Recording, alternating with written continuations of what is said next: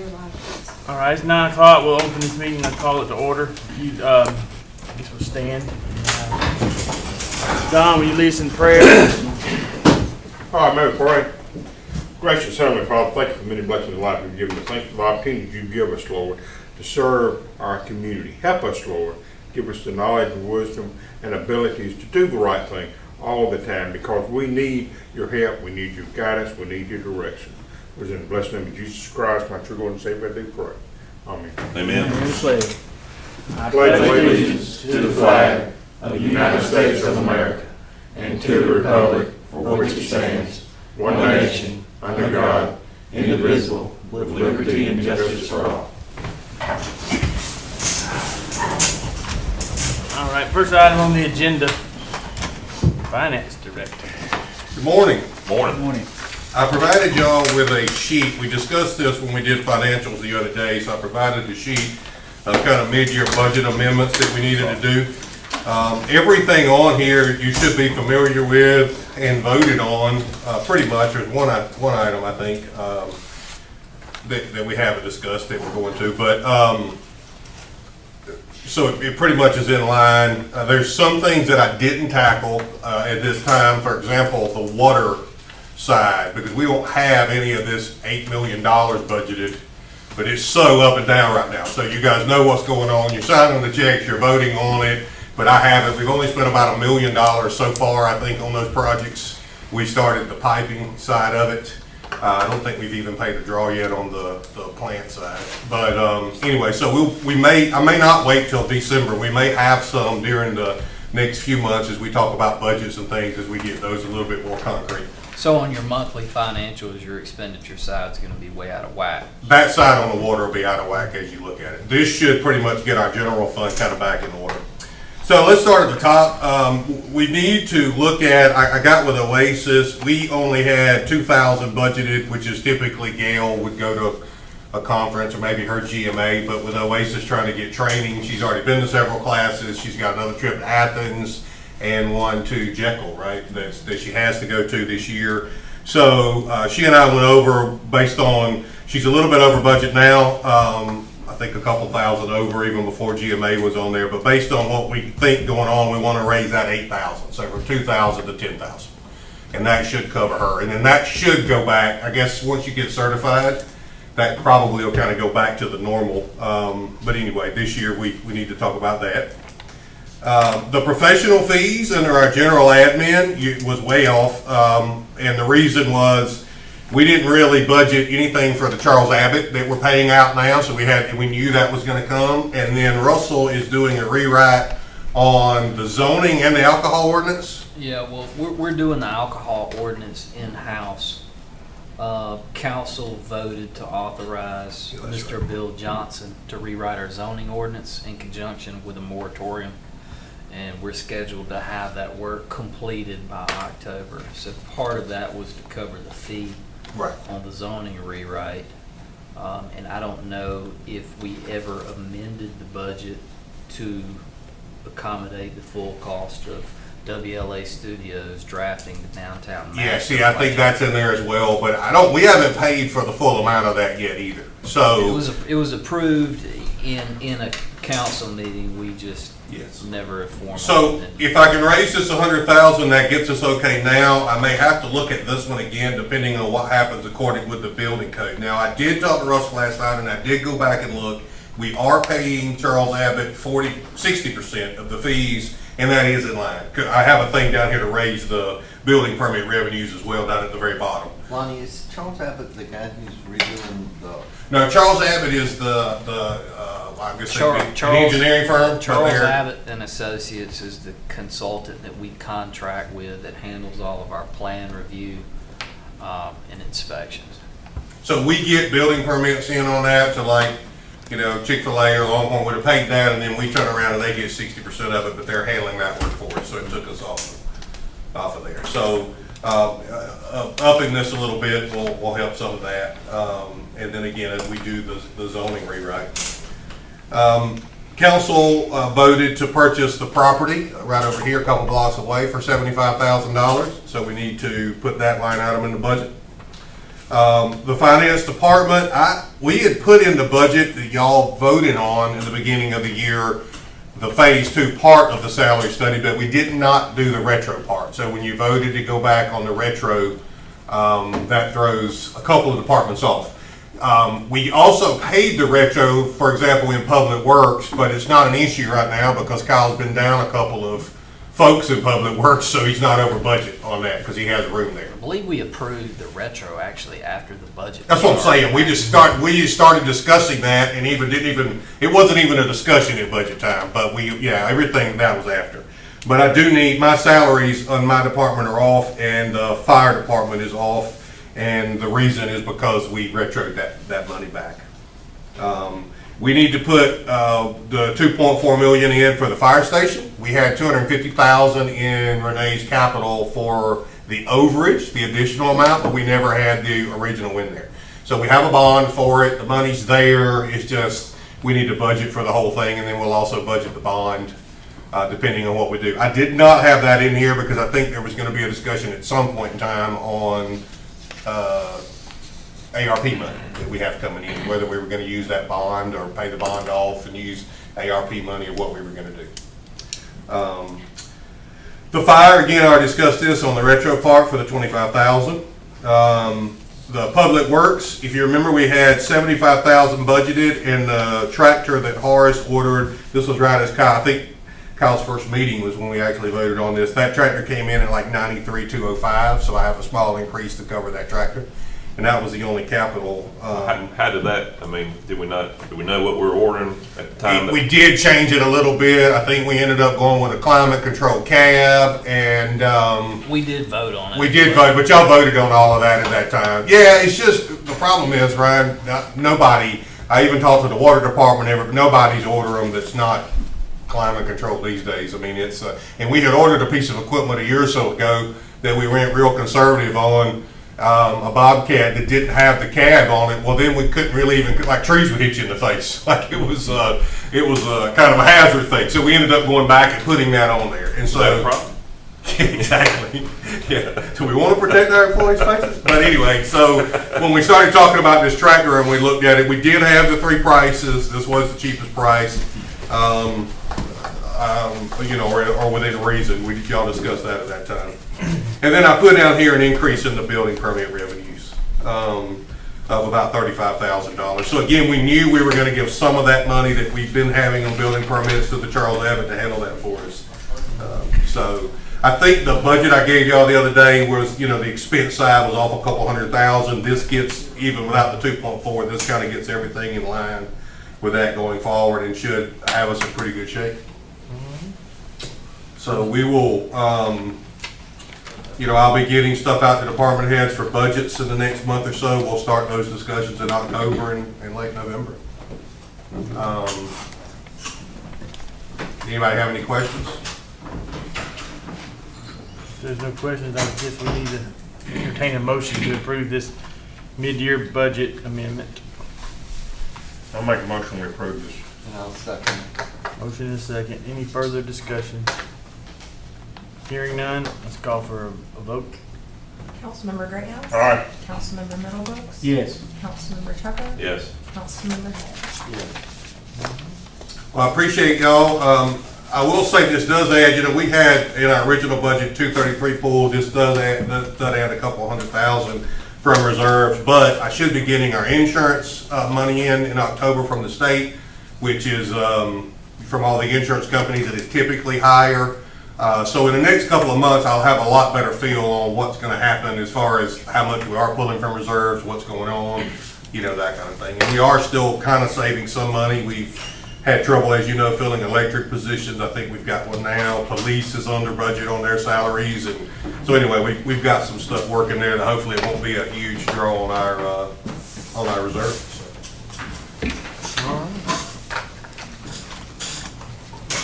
Next item is rent rates. You want to skip that and go to? Yeah, Mayor, if it pleases the council, Councilmember Reeves has requested that we table item C until she could be present to discuss. And if it's okay with y'all, I can just stick the discussion on Tuesday's regularly scheduled meeting.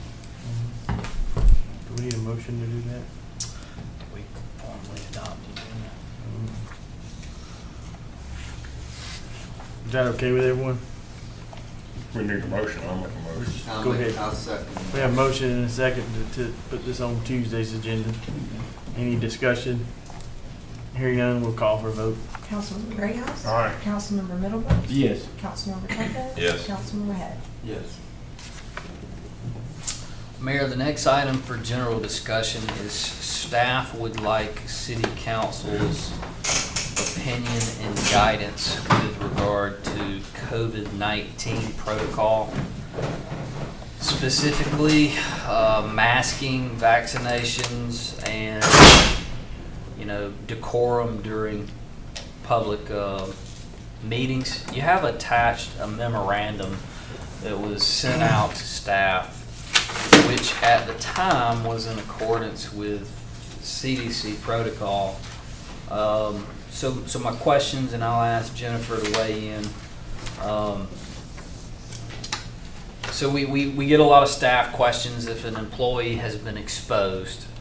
So the CDC protocol would be that if the employee has been vaccinated, then they can still return to work. They have to wear a mask for a certain period of time, and then they have to go get tested, negative test, come back to work, positive test, at the discretion of their doctor. You know what happens there. To the contrary, if an employee is unvaccinated and they're exposed, then they should follow the quarantine protocol and then be tested after the incubation period, and then follow the advice of the doctor.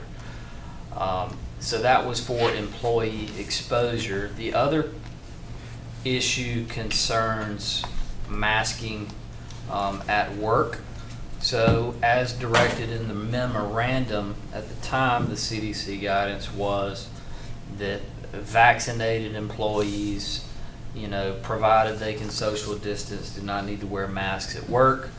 Those that were unvaccinated should still continue to wear masks. I think even since then, the new CDC guidance is saying that in areas of high transmission, which Upson County is, that if you're in public, right, and you're not outdoors and not social distance, that everyone should be wearing a mask. Some of the problems are, well, not problems, just issues, is I do not believe we're under state of emergency anymore by declaration of the governor. So the question before the council is, to what extent do we follow CDC protocol, and any protocol that's issued outside of CDC protocol, what would be the basis for enactment to prevent equal protection issues for employees? So I know the school's not currently wearing masks, they're not requiring teachers, is kind of a comfort level. In and around the office, I kind of get that. The reason I took it into consideration is for some of our employee pool, we are actually compelling interaction with the general public. If I pull you over, I don't have a choice, nor do you have a choice to bridge that 6 feet social distancing. Same thing with fire. If I go out on an EMS call and I have to get near you, I'm compelling that interaction within 6 feet, should those employees be required to wear a mask, whether vaccinated or not. CDC guidelines seem to change weekly, if not daily. Just looking for a little bit of guidance from the council on your preferences, and to the back end of that, thoughts on how to handle non-compliance if we do have administrative decisions on masking or unmasking. So, Two questions. One is HIPAA and the other one is due process. What kind of problems are we gonna have you trying to enforce this, and it's not an executive order? It's just a guideline of the CDC.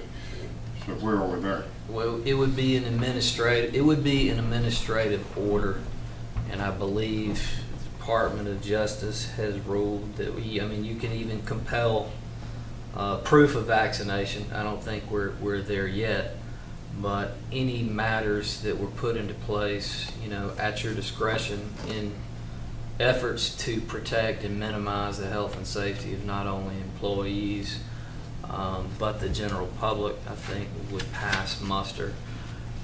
My position on the CDC stance would be that if you take any administrative approach that was counter to CDC guidance, then you may not have as much standing on the enforcement side if there was no basis for the issuance of any administrative directive.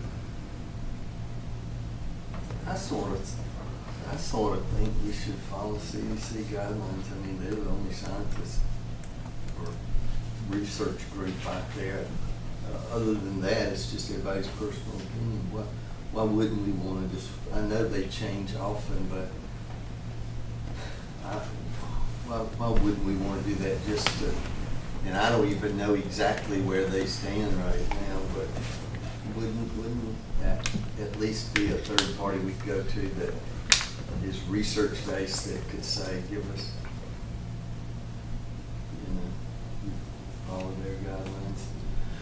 Really, the premise is, do you want to make employees wear masks at all time? Yes or no? Well, what's the CDC say? You're in a high transmission area, whether you're vaccinated or not, if you're in public, you should have a mask on. Even if you're maintaining the 6 feet difference? My understanding is if you're inside in public, yeah. And that's in combination with the Delta variant that's going around as well. So it's kind of to counter both, because they're not sure how long the COVID vaccines are working at this time.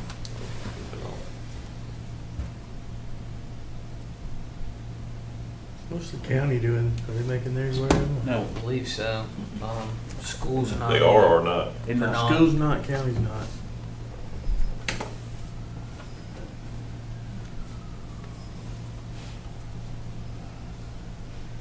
Up until this point, the memorandum was more of a, we expect, we encourage. But before I were to take any disciplinary action of an employee for non-compliance of an administrative issuance, I would like council's approval or feedback and general weigh in on what that process and procedure should be.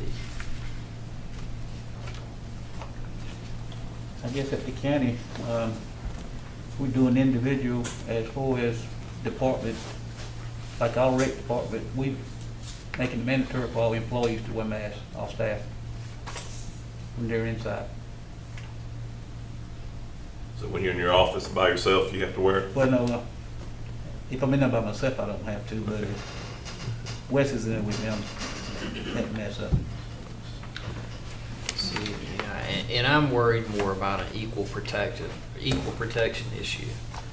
I don't want different departments doing different things because I think it sends the wrong message. So you're saying that Jeff, that the county has said it, left it up to the department heads? I don't know if they told, okay. I don't know if they told I know the if it's director that or formal. not, but she Okay. just told us that's I what she see. wants us to do. All right, so there wasn't, that you know of, and Right. I don't want to get too far into that, but like a directive per se from Right. the county.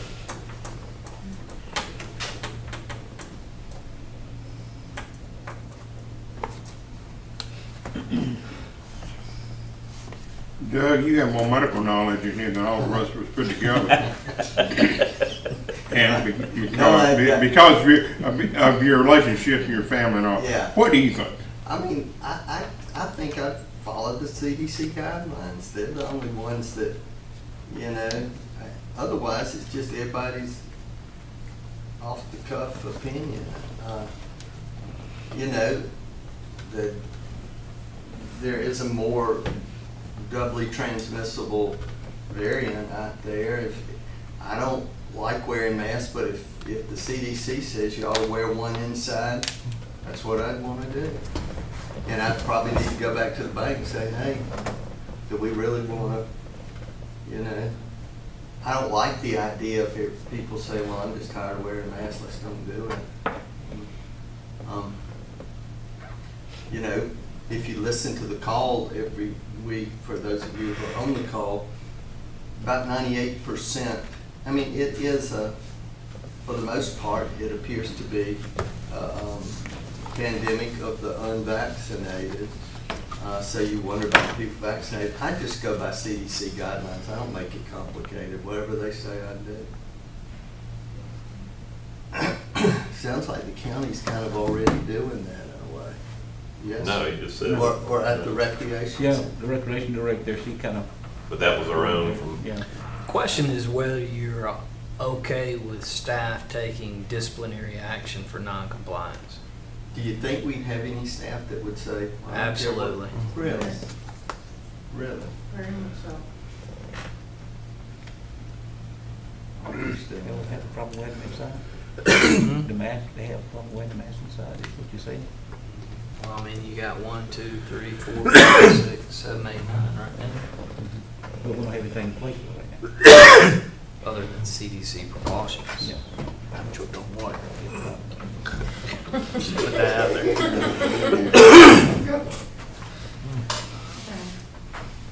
That's how we get this. Yeah. I mean, like I went by the last meeting I had one on, that's because I was exposed to somebody. And the rules were wear one till you get tested. Wore one, tested negative, took it off because that week I had it on all week. And that felt horrible. I'm breathing with the thing on. That's just me. I mean, it's just something I do. I don't like the whole idea of, are we gonna actually fire somebody that don't wear a mask? That, I don't like that. But then I also think Yeah. too, use some common sense. If if somebody comes up and says, "Will you please put your mask on?" I'll put one on. I mean, I ain't going. What What's percentage the, do we have as far as, I'm sorry, Doug, as far as employees being vaccinated? How many, do we know how many employees we have that been vaccinated? We can ask that question. Legally, you can ask if they've been vaccinated. Yeah. I had a judge the other day says you couldn't ask that. I thought that was from HIPAA lawsuit. So I'm like, I don't think nobody. It's outside of different, so, this, different stuff, 'cause it's covered. so Jennifer and Russell, so what's the problem if we just say, this is our policy, you wear the mask? And, I mean, and then just say, we're not gonna fire anybody if they don't do it, but this is what we want you to do. And those who don't are going against what you told them they wanted to do. I mean, is that just, You have some employees who are super paranoid, and you have some who pretend like it doesn't exist. And the super paranoid always want enforcement action against the people that are oblivious to the issue, which then becomes an administrative issue. And a policy without the ability to correct an action is worse than not having a policy. But there's some departments and employees that say, okay, CDC says wear a mask, I'm gonna do it, and then there's other employees that say, well, I just don't wanna wear a mask. And so if we have this policy that we aren't able to enforce, then employees that are listening to CDC and what we're advising, they're going to start saying, well, why do I have to listen and they don't? And it just becomes a battle. So we're kind of at the point of, do we wanna listen to CDC, wear a mask, or kind of go as is? And there could possibly be an outbreak between departments, and how we would cover fire coverage, police coverage, admin coverage. Will we have to shut City Hall down? That's kind of all the thoughts that we're thinking of, with needing direction on how to enforce it if we are. Well, I mean, and I guess too, the next question is how far are you gonna take it? Because I believe, don't quote me on it, but the CDC also says that workplaces need to mandate vaccinations. Right? Yeah, but it's just to the point of. Well, that's the question. I mean, where is it? How far are you gonna take it? Not you, I mean, just as a question, how far is it gonna be taken? Well, So, not to fire anyone, but just so it's conscious, okay, verbal, wear your mask. It really shouldn't have to be to that point, to be honest. With several other counties, they just direct, wear your mask, employees comply. But it's kind of different here because the school system here doesn't. enforce the mask wearing, so that's kind of where we're. Yeah, nor does, You know, I- Lamar, I don't Pike. think, Yeah, not all the Monroe. local counties Yeah, too. so Spalding is the only one. I don't- Yes, Spalding, Henry, Clayton, all of them is enforced and it's pretty simple. I don't think you can policy something that is individual decision, because if a department director asks an employee to do something and they don't, that's direct insubordination. So they either have a choice or they don't. So we need to either be, everybody use your best judgment, this is what we encourage you to do, or we say, this is our policy and you're gonna follow it as a condition of your employment. I agree with Doug. What he said with, as far as, this is our policy, but with the enforcement area, that's where we're gonna have a problem. Because the enforcement area, we want due process, equal protection, and then we'll have retribution. I mean, and that is a really serious HR issue. It's gonna become a legal issue, because we're not acting an executive order, whether it's local or whether it's state. If the city set guidelines, which I think we should follow guidelines, because they are the experts. But it's like Doug said, we're gonna make it lacking on our enforcement tool. Are we able to at least enforce it with, say, public safety? Because a lot of the fire, they have to take care of COVID patients.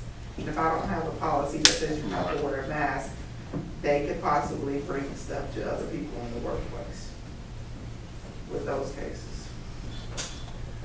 But you're gonna terminate somebody for that reason?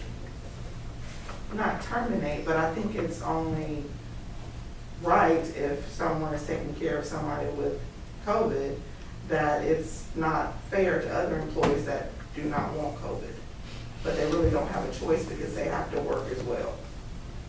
Surely to God, there are those individuals who are taking it upon themselves to put one on. When if you're working with somebody with COVID, you're hopefully taking at least that precaution.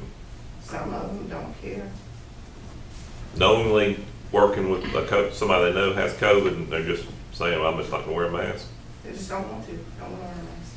I mean, there's one thing to that, that's almost like a nurse or a doctor not, but Well, I think these individuals are vaccinated, right? And that's kind of their, Yeah, they're vaccinated, so they say. Well, that's what the "Fine, CDC when I receive said at one vaccine, I time. shouldn't have to wear a yeah, I mask." mean, so that's That's the the thing, thing. there's so much confusion back and forth, and Which way's the wind blowing? that's right, so it's almost like the weather in Florida, if you don't like it, stay tuned, it's gonna change.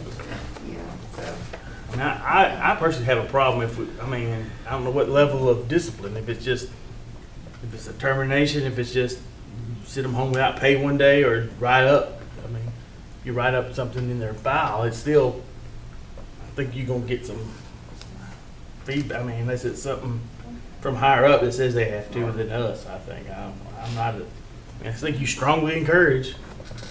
And it's a personal responsibility choice. I mean, should we, gets down to, that's a political philosophy right there. I mean, do you have to sit there and tell somebody to blow their nose every 15 minutes? I mean, So is our policy gonna be, we strongly encourage? I think that's the consensus among. All right, but Russell, let me ask you, if our policy is strongly encouraged, are you gonna wear one? And if you don't wear one, then is it not gonna say, because it all comes from the top? And are we not gonna wear one? If we don't, then what are we even saying we strongly encourage?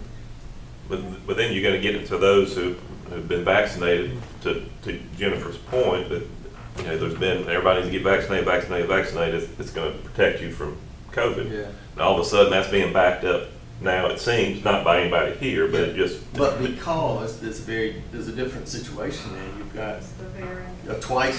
a 2 times more transmissible, and the vaccination anyway is not 100% effective. It's hopefully 95% effective. So that makes sense, saying even if you have been vaccinated, we're in a more difficult situation, we ought to wear it. I'm just saying, we need to be careful of making a statement and then as leaders not backing it up. Because it sounds like, That's- we're gonna say this, but it's just so we can feel that's better. what I'm worried about, because I don't want to put my department directors in positions of insubordination, because I think it decredits their authority and their ability to carry out their departmental duties. So it either needs to be, we're encouraging you, we hope you're gonna do the right thing, or we're saying, this is what you gotta do and you better do it. Well, I don't know how we can't say we are encouraging you, because the news is out there. I mean, there is a rise, there's more of a rise now. We know the Delta variant is maybe twice as transmissible. I'm vaccinated, but if we go to this, I'll wear a mask inside. I'll do what you say. I don't like it, but I'm gonna do. I'm not doing it for me as much as I'm doing it for people I'm around. I think we should say we encourage it, and I would hope if we're leaders that we're gonna do it. But do I want to fire somebody? No, I just think we're in difficult situations with every sign in town is saying we're hiring. It's difficult. So would I fire an employee? No, but I just say I don't know. It's a difficult position to be in. I definitely want to encourage people to do it.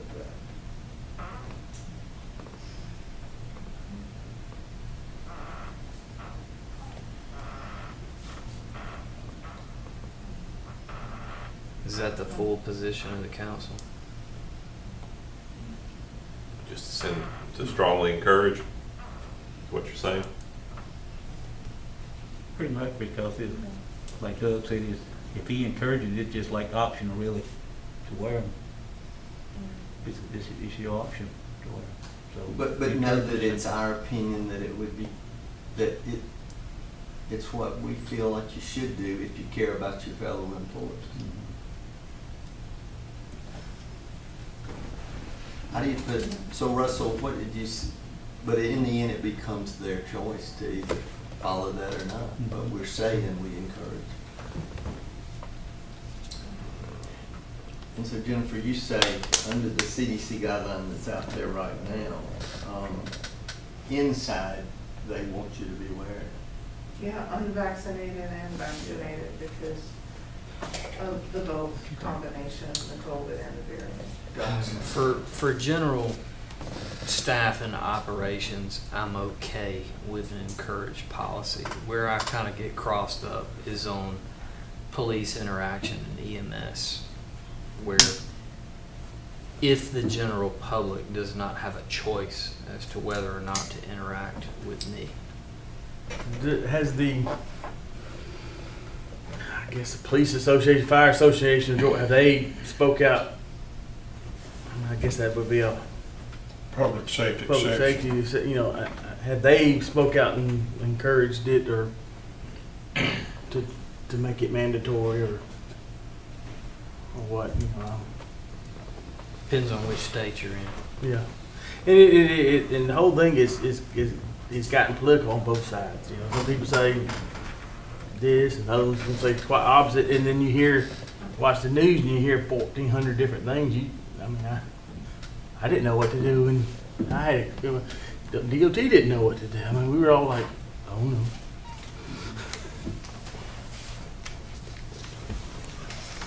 So are you following CDC as far as the protocol for people who do test positive? They have to stay out this long to test and do those types. The thing with no enforcement, if somebody did that, I wouldn't be able to force them to wear a mask if they were exposed. Now I'm talking about somebody who is confirmed positive. I mean, there's protocols from when they can come back to work and all that kind of From the stuff. doctor, yes. No negative test? As far as that, like with no enforcement, it's just kind of, we're just at their will to even tell us that they have COVID. Because they could not disclose it and. Yeah, we've told them, if you're positive, you go to your doctor and you follow your doctor's advice, right? I don't even think CDC anymore says You have to a have specific negative. amount of time, or it's more of a Like if you symptom tested based. positive, when can you come back? You don't have to have a negative test before Right. you come back to work. You just wait Right. 10 days. some symptoms. And there's a lot of organizations who are not following it, you know, they're picking and choosing where they're gonna follow it. So Russell, could we not? CDC, that is.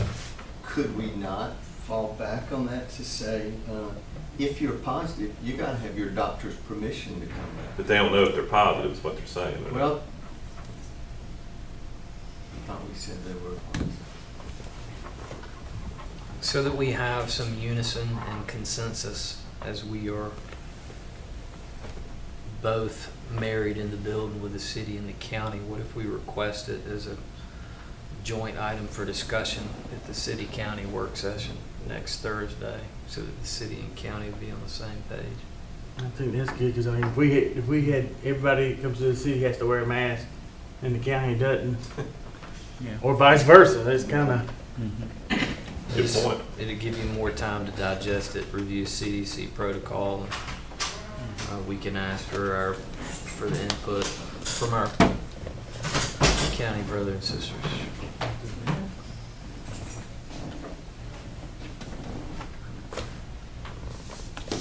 Is that okay?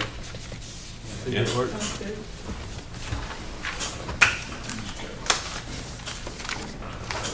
All right, I've asked Public Works Director, Mr. Kyle McGee, to come give council a general update on some of the projects he's got going on. Walk you through Text My Gov. Morning. I wanted to bring our new citizen engagement platform before you guys and discuss what it is and how to use it so we can get it out to your constituents. It's another platform that answers the question, how do I? So I know you guys get a lot of questions from citizens. How do I do this? How do I, or who do I go to for this? This hopefully will answer most of those questions, and you can just give this number to the citizen and they can text, how do I report a pothole? And it will generate an automatic response. They'll go through, they'll fill out their name, the location, they could even snap a picture of the incident or whatever it is in the street, and we will get that generated work order. And it also answers questions. They could type in city council, and it'll give the link to your website, and they can ask, when is the next council meeting? And it'll provide that information automatically. So if you guys have this, I don't know if you got it in your packet, I would write down the number 706-427-0073. And to get started, you just text hi to that number, hello, hey, it recognizes those words. It'll give you an automatic response, which is pretty much threefold. It'll explain, you can text one word, one keyword, and you'll get an automatic response. You can text report, and it will take you through the process of generating a work order. And we'll also advertise another number that we have to sign up to receive city alerts. So that way we could build a database with all the citizens, and we can send out mass text messages for city events, for COVID protocol, for anything you would like to give. boil water notice, boom, Yep. it gets out there. Yep. So they can opt in by texting hi to that number, and then they'll text Thomaston to 91896. So I know this is not for everyone. It's just another way to get citizens involved and engaged, other than calling in to Public Works or calling in to the city manager's office. I think this will go over well once people start using it and see, well, hey, I don't have to call. Even to go on the website takes time to search what you're looking for. Yeah. With this, you can type in electric, and it will automatically give you that link on the website for the electric department. Or budget, or audit, or how do I pay my bill? You know, and it's a direct link to the information. And it's 706-427-0073. That's right. And once you do a report, because I've been playing with it and I've been sending Kyle a few, it actually generates a work order, right? Well. Or it will- email. It will come in as a request, and we'll Right. take that and generate a work order off of it. And then the work order is uploaded onto a portal on the city website where you can go in and check the status of the report that you made. And then once the work order is completed, you get a text message back with a response. Yeah. So I would like to say that we are building this. Most of the information is in there. But if you text in a word that it doesn't recognize, it'll say we don't recognize this word, and it'll automatically give you the link to the city website. But we have a database, we're building those unrecognized words and we're adding them as we go along. So That's why, hopefully it'll be and that's better. why we haven't mass marketed it to the general public. We're still trying to play with it and work the kinks out. So we got that. Does anybody have any questions on text my gov? I think it's a good thing. We've kind of looked at several different ones over the past few years of something that can. I like the picture portion of it. Somebody could snap an intersection, of a roadway, and they can snap a picture of the sidewalk. Picture's worth 1,000 words. It helps us pinpoint, and if someone gives us a report, there's a pothole on this street, we show up, it may be something else. It may be a sunken manhole or water valve, but if we have that picture, we know exactly what it is when we get out there. So, the other thing I wanted to give you guys an update on is the Lake Thomaston. We believe we've nailed down a date for the ribbon cutting and open Lake Thomaston up to the public for passive use, and that will be October the 8th, which is a Friday. The main entrance, the only entrance to the park for public use will be at the intersection of County Road and B Street Northeast. That's where you'll access the park. We have a 15-car parking lot, and if there's overflow at any given time, they can park out on the grass out of the way. There's some discussion right now on whether or not we may host an event for Georgia Cities Week out there, and which would probably be some type of fireworks show mixed with a Georgia-Auburn game viewing on the lawn. We're tossing that around now. If you guys would like to see that happen, we could definitely work on that. It's coming up.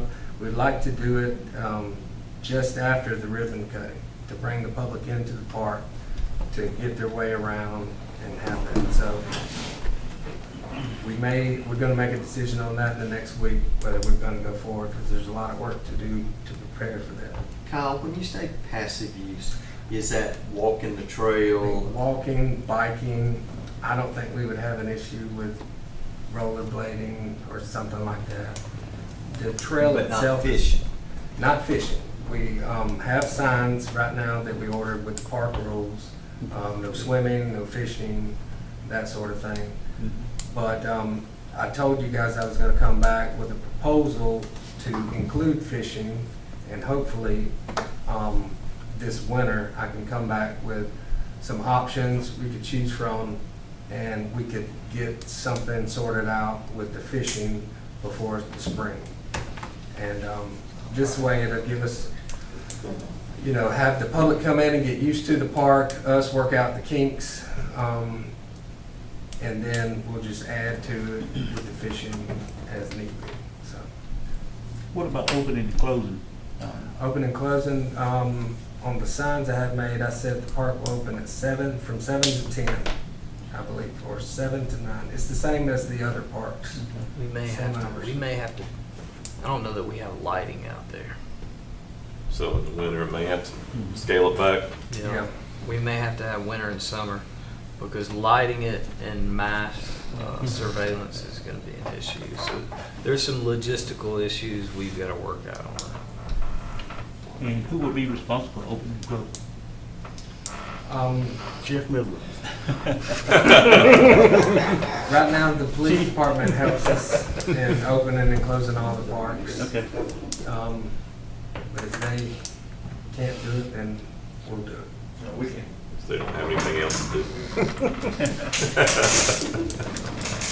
We can do it. I just, as long as I get Right now. to go out and make sure there's fish in the lake before we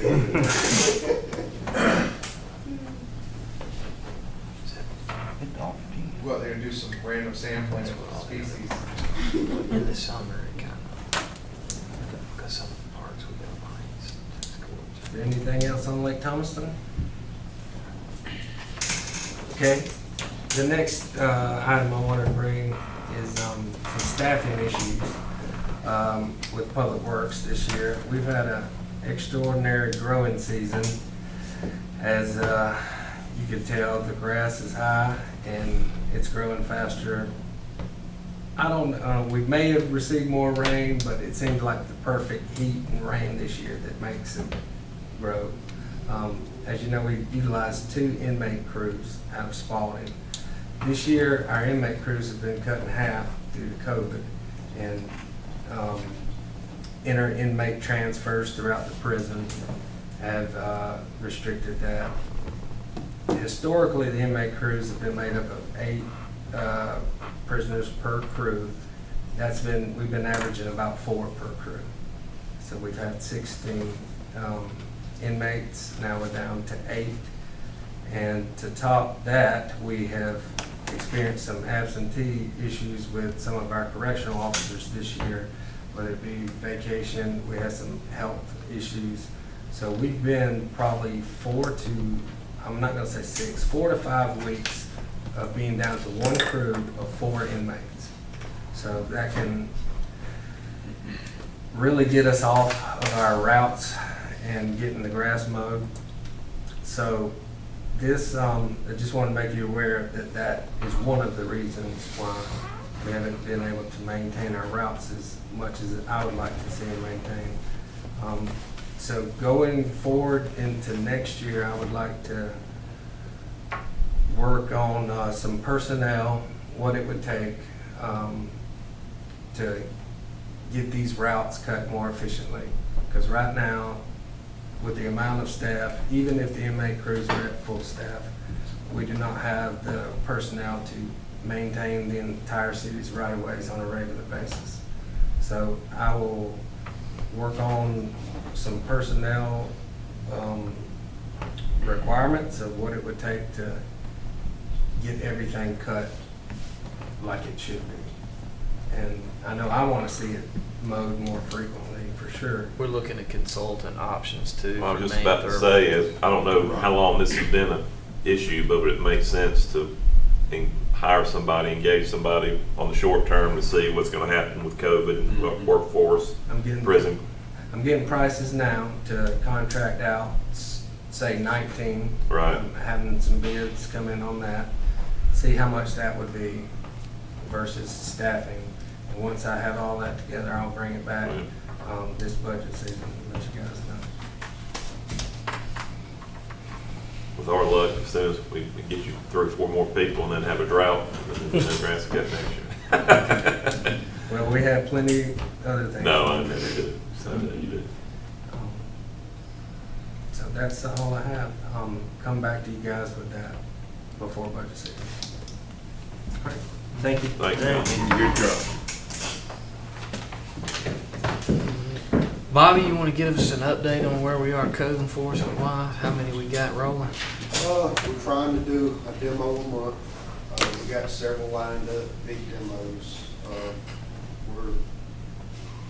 I pulled my stats last week, and I think we're looking good for our progress. We're averaging about 50 to 60 home inspections a month, and getting those brought up to code.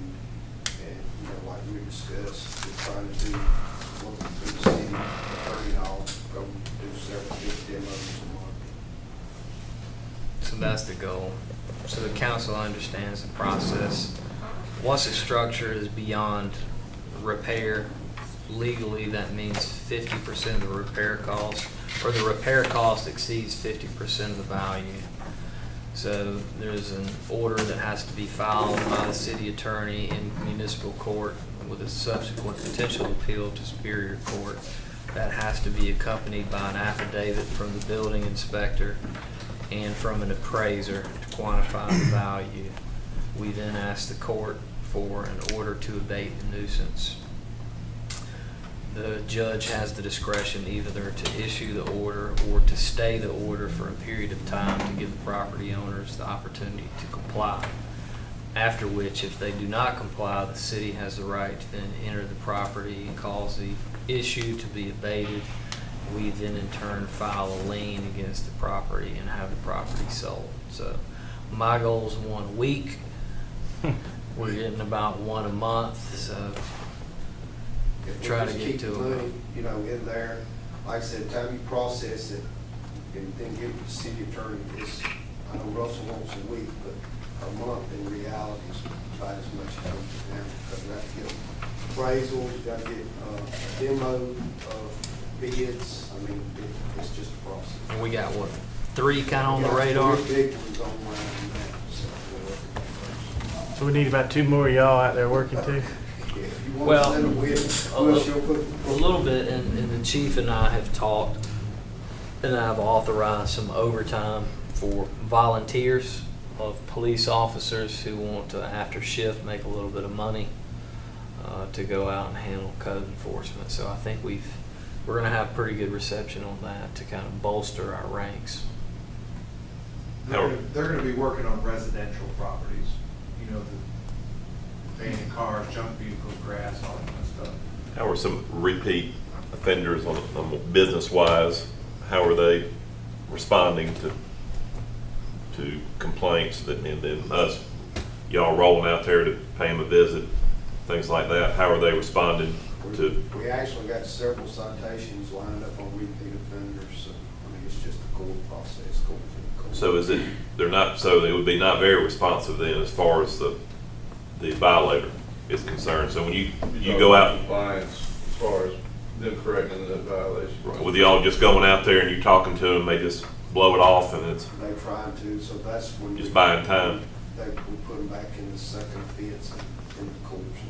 What's the ticket, $148? Well, no, that's on the grass. It ranges from, it can go up to $1,000, depending on the judge's. Yeah, so if you're out of town and it costs you more than $148 to get a contractor to cut your grass, No, that's you're where I better was off, going. you're better off not cutting it. That's where I was going with it.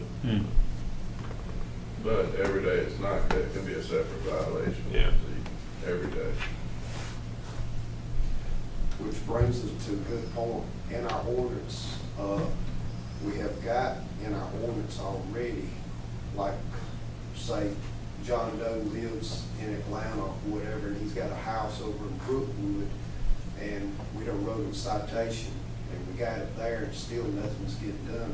We got a place in our ordinance, if, you know, if y'all wants to go that far, we can get a city crew, which they'll file the cost and everything, and then we get it done, and then, or get a contractor to come out and get it done, and then we can just send the bill.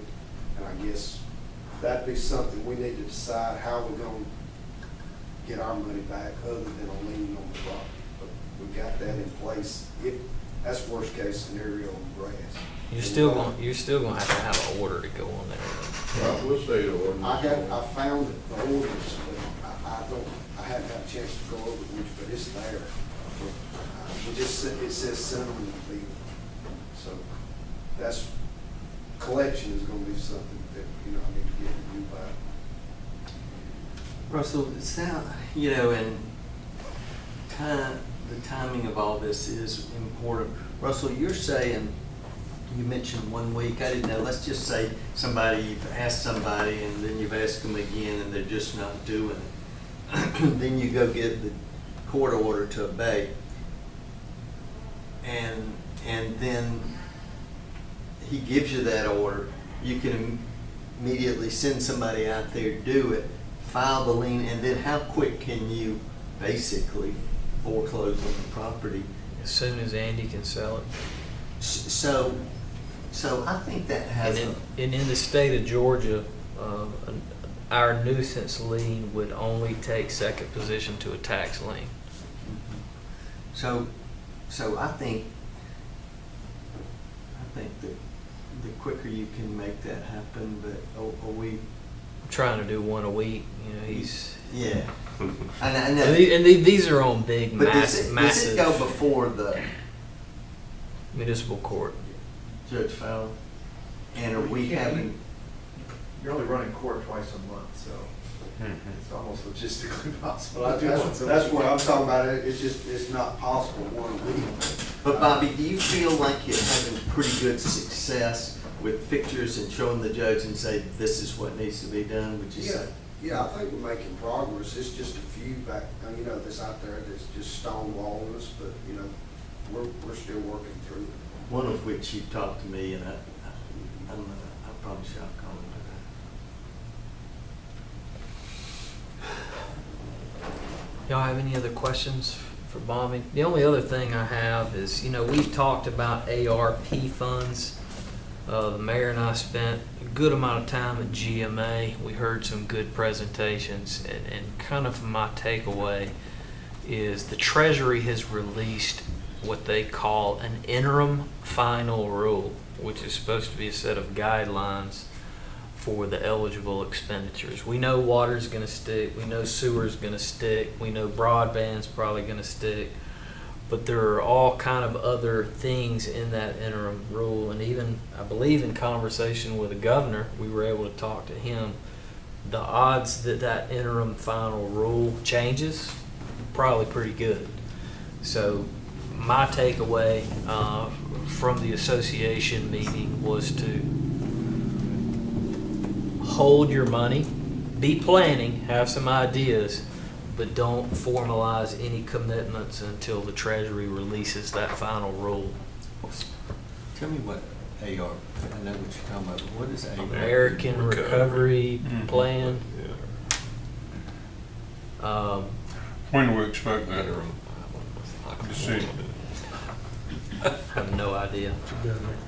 We do know that the state of Georgia received, I think, $4.8 billion. They have released, I think, $1.6 billion for application for projects that either center around broadband, economic impact, or water and sewer infrastructure, and that application is due by the end of this month. And we're already working with our consulting engineers to put in a project for the city. One of the projects I'm considering right now is an automated meter project. We've talked about it before. Change out on our water, potentially electric meters. And it lines up well because my ops guys are telling me that the EPA just passed a lead copper rule for public drinking systems across the U.S. whereby we have 3 years to go in and certify the tap at the main, whether it's a lead coupling or not. There's some protocol we have to take, whether it is or not. But so my plan was to lump the meter project in conjunction with the lead copper rule to go on and knock that out. So as we have more information, I'll provide it to council. But for right now, I'm anticipating applying for about $2 million through the OPB website for the state's latest release on that.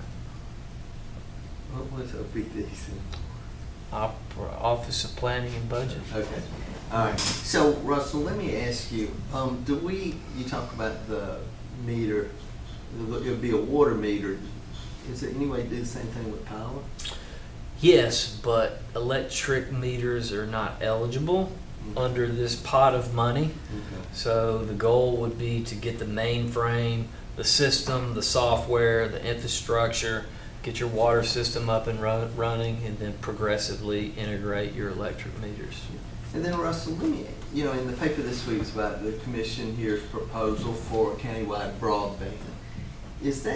Are we involved in, and I think we're all interested in it, but what do you know much about that, and is there any involvement with the city looking?